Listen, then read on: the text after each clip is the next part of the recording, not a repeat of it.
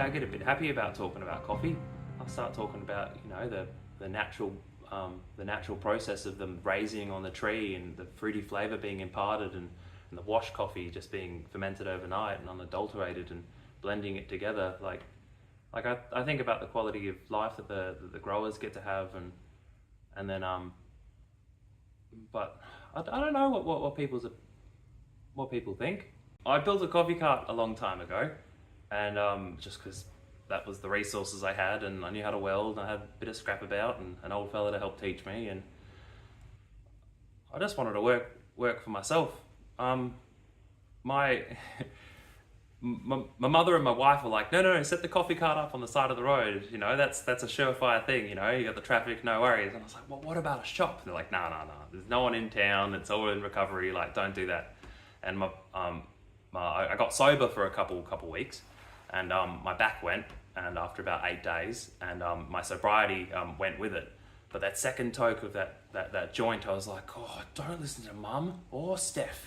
Bugger it, you know? And so I went off and quietly behind their back started, you know, calling around, and met the people who own the shop and started calling my coffee man and gathering the gear, and before anyone knew too much about it, it was all underway. And to have my coffee maker who come from the growing industry, which is usually baristas become roasters. So to have a grower who travelled to South America and was deep involved in it, being my teacher and my mentor and my coffee guru, I do want to see us keep going forward. I don't want us to poison our rivers and shit where we eat, and you know, like it's about not just, you know, input in, waste to the side, and keep the money counter ticking up, but keep it going round. On every level we can keep the circular economy going, you know, like the product comes from the area, it gets used, the waste gets reintegrated into biological systems of fertilizing it back again, and it's rather than just having a waste economy, like there's no such thing as waste, you know. The stuff's all got to stick around. Why not use it in a way that we can reuse it and keep it all going. What kind of products can you make from coffee waste? Oh, I heard someone pressing it into cups or something. You know, you can press it into like items, but they reckon it's... Oh, and this is one of them, is it? Made out of coffee ground. Fancy that. See, I thought that was the case. I mean, this is pretty good. This is circular economy, isn't it? It goes right back to the cup. I don't think a cup of coffee can change the world, but it's a piece of it. If you do your best in all endeavours, surely good things amalgamate, more than the sum of your parts. So if the coffee is made well, and you're paying your staff good, the environment that people come in are warm and welcome, and the chicken's not made from some torture factory, you know, it's all the things that add up. Coffee is one of the biggest crops in the world, you know, like if we were all sourcing organic coffee, and we're all sourcing coffee that had standards of you know, not human suffering, then it would make a huge difference in the world. So in that sense, I guess a cup of coffee does make a difference. The Northern Rivers is the rainbow region, you know, like it is a place where there's lots of people who want to do good for the world. We're also economically challenged, you know, like there's a lot of people with big housing crisis, and single mums are quite prevalent around here, and it's the coffee shops that you get together, or where people meet community and things spread and spawn, you know. This place is nice, you know, it's getting colourful, and so I think this coffee shop is making a difference. We've got the prayer flags at the front, and flowers everywhere, and comfy places for people to sit, and chess games, and you know, young fella plays a game of chess with an old fella, and that ancient apprentice kind of drive in us kicks off, and the world gets a little better. I don't think I'd have the hubris to say that coffee, little coffee, is going to make the world a better place, but it's an excuse to gather around a table with other humans, and that is what makes a better world. Where are we going? Rosebank. Rosebank. What's happening in Rosebank? Gonna go see the coffee roaster and my coffee guru, and learn a thing or two about sustainability and coffee industry in general. Circular economy, maybe? Hey, let's go with my magic circular economy cup. The Huskies. See you in a bit. This is my roastery. You know, when I first got up here, there was a real, you know, kind of evolution of my thinking on this, because one of the first things I realised when we got up here, we were dead poor, is that, you know, I couldn't eat my ideology, man. That wasn't going to feed me.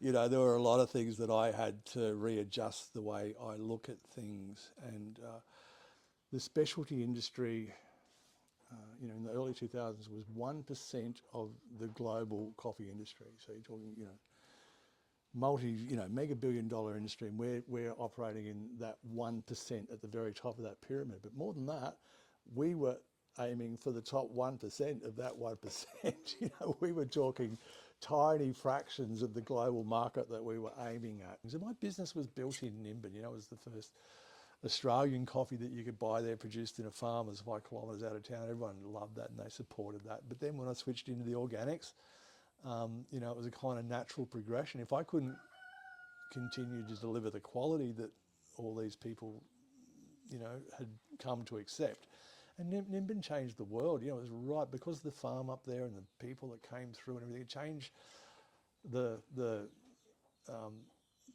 whole village was ahead of the curve in terms of the coffee revolution, you know, because we had the best people in the world forming a conga line to come up there to see what we were doing. And my ex-wife and I bought the Rainbow Cafe, and you know, that changed. We needed somewhere to be able to take visiting, you know, coffee luminaries.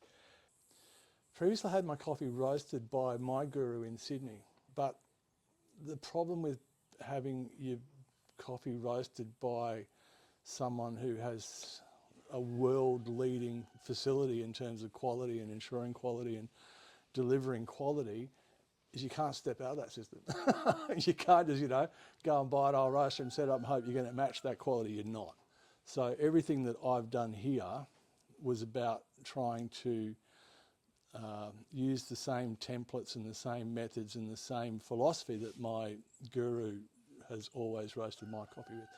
So it's very much a miniaturized, you know, smaller scale version of what he's done. I'm just going to load up one particular origin here.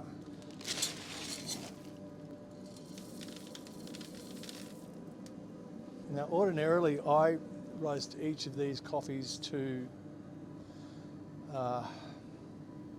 separately. That's a really big part of what I do. So rather than mixing up a whole bunch of these and then roasting them all together, that's a really serious compromise in my mind. You know, each of these coffees needs a different profile and a different finish and start temp and all that. So we drop it out of our cooling tray. This is a de-stoner, which managed to separate out any stones. We take it up into the roof up there to a buffer. And we collect 15 kilograms at a time up there. And then we drop that down into our blending vat. And so I'll keep that going until I have 30 kilos in there, and then mix all those for a good 15 minutes. That bin there transports it up to the that packing bin there, which then you know, I feed down on the conveyor table and drop them into 1 kilo bags, which then get packed off, sealed, boxed, and off to all my wonderful cafe customers. Look, the coffee's been changing the world for over 300 years. It really has. The whole story of the origin of coffee from Ethiopia, you know, spreading to the Arabian Peninsula and then being purloined by the French and taken to South America. All of these origins, histories, have been affected by coffee. One way or the other, they've all been changing throughout the last 350 years. And it's always had a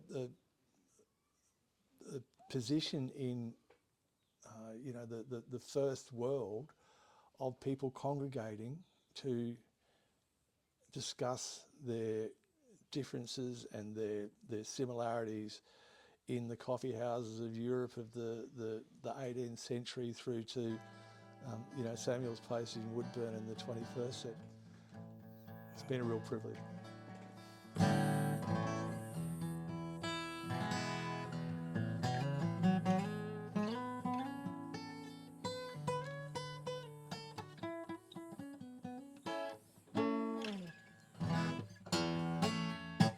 I'd love to sit around and play guitar all day, but it's not going to pay my bills.